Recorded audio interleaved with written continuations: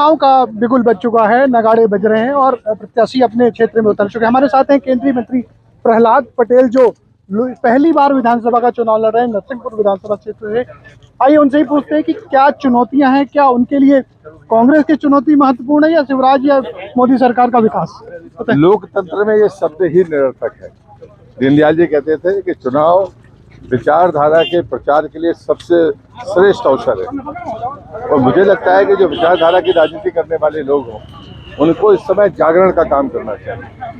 हमारी विचारधारा, हमारी कार्य योजना, विकास का हमारा मॉडल जो हमने किया है उसका लोग मूल्यांकन करें, जनता भी करे, और थर्ड पार्टी असेसमेंट शायद इसी को कहते हैं, इम्पैक्ट असेसमेंट इसी को कहते हैं। किसी टैक्स पेयर को ये नहीं लगना चाहिए कि आपकी नीति से आप पैसा मुफ्त में फेंक रहे हैं।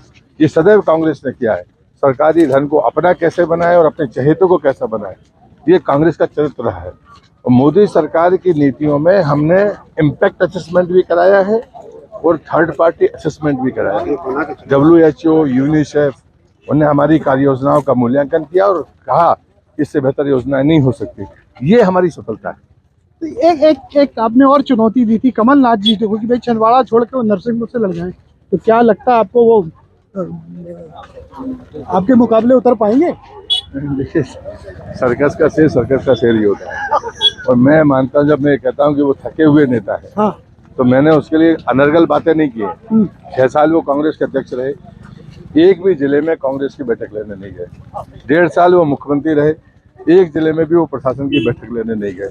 जहाँ से वो विधायक हैं वो एक भी वार्ड में या एक भी गांव के बूथ पर नहीं गए। 42 साल से वो लोकसभा के चुनाव लड़ते आ रहे, और उसके बाद सिवाय भ्रष्टाचार के दूसरा मॉडल आपको दिखेगा नहीं छिंदवाड़ा की धरती पर। मैंने आरोप लगाया था कि आपने अपने चहेते को 550 करोड़ दे दिए, वहाँ ईंट भी नहीं रखी गई, ना आज तक जवाब आया और ना जवाब आएगा। तो ये तो ठीक है। एक मध्य प्रदेश का चुनाव है 2018 में, जिस तरह से इतने सब कुछ होने के बाद भी एंटी इनकम्बेंसी आप हार गए, तो उस बार उन चुनौतियों से कैसे निपट रही है बीजेपी? नहीं, भारतीय जनता पार्टी ने गलतियों को देखा, और लालच में एक बार कोई भ्रम में पड़ जाए उसकी पुनरावृत्ति नहीं होती है। जब मैं छिंदवाड़ा का लोकसभा का चुनाव लड़ा था तो मैंने वहाँ भय खत्म किया था, अब लालच खत्म होगा। तो भय और लालच के साथ एक जो और महत्वपूर्ण बात इन दिनों है कि इंडिया गठबंधन है, उस पर जिस तरह की यहाँ मध्य प्रदेश में बातें हो रही नेताओं के खिलाफ, वो क्या राजनीति में उचित है? मुझे लगता है लोकतंत्र के लिए शर्मनाक है, चाहे अखिलेश जी की भाषा हो चाहे कमलनाथ जी की भाषा हो। ये टकराहट जो दिग्विजय सिंह और कमलनाथ के बीच में है, ये मध्य प्रदेश की जनता ने देखी, आप सबने देखी है। वो कह रहे हैं कपड़े फाड़ो, तो दूसरी सूची में कपड़े भी फट गए, पुतले भी जल गए, दोनों के जल गए। ये बूढ़े लोग हैं, दोनों थके हुए नेतृत्व है। तो मुझे लगता है कि भ्रम में जीना ये लोकतंत्र के लिए ठीक नहीं है। आइए विकास के मॉडल पर बात करें, जनता वोट देगी। चूंकि आप हमेशा से लोकसभा का चुनाव लड़ते आए, अभी तक पहली बार विधानसभा का चुनाव लड़ रहे हैं, तो किस तरह से इसमें अंतर है और क्या चुनौतियां आपके सामने? आप कोई भी चुनाव लड़िए, आइडियोलॉजी के लिए चुनाव लड़िए, क्षेत्र जो भी हो, जो पार्टी फैसला करे, कोई फर्क नहीं पड़ता।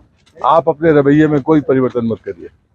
आप अपनी आइडियोलॉजी के लिए लड़ रहे हैं तो कोई समस्या नहीं है, जागरण के लिए लड़ रहे हैं, लोकतंत्र में वोट जागरण के लिए होती है।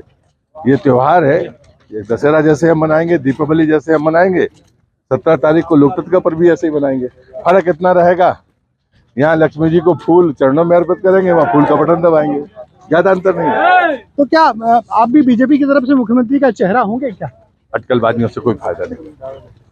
देख, तो ये थे प्रहलाद पटेल, जो कह रहे थे कि हम विकास के मॉडल पर चुनाव लड़ रहे हैं और विधानसभा या लोकसभा चुनाव जो भी आइडियोलॉजी के लेवल पर लड़ा जाता है, उसी पार्टी के नेतृत्व को सिर माथे पर लगाते हुए वो चुनाव मैदान में उतरे हैं। Ajay Tripathi, ABP news, Narsinghpur.